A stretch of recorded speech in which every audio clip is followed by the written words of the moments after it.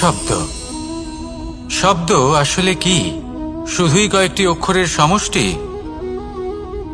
নাকি আমাদের বাণী?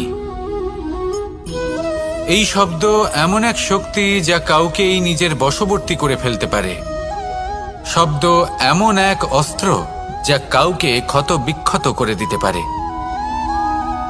এই শব্দ হলো একটি নাদ স্বরূপ যা কোনো ঘুমন্ত ব্যক্তিকেও জাগিয়ে তুলতে পারে এবং নিজের লক্ষ্যের দিকে অগ্রসর করতে পারে। শব্দে এত শক্তি আছে যে কারোর মনে এতটা আঘাত দিতে পারে যে সে হয়তো জীবনে আর কখনো এগোতেই পারল না। তাহলে এই শব্দের প্রয়োগ খুব ভেবে চিন্তে করবেন। এবং এই শব্দের মতোই হলো নীরবতা।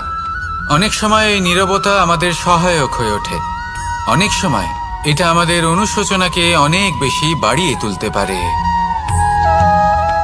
ভীষ্ম পিতামহ, অঙ্গরাজ কর্ণ যখন দ্রৌপদীর বস্ত্রহরণ হচ্ছিল তখন এনারা নীরব ছিলেন। দুর্যোধনের বিরোধিতা করেননি, ওকে বাধা দেননি। আর তারপর কি হলো সেটা আপনারা সকলে জানেন। দেখতে গেলে নীরবতা চুপ করে থাকা, কিন্তু যদি কোনো দুষ্টের সামনে চুপ করে থাকেন, যদি তার বিরোধিতা না করতে পারেন, তাহলে এই নীরবতাই অনেক বড় পাপের আকার ধারণ করে।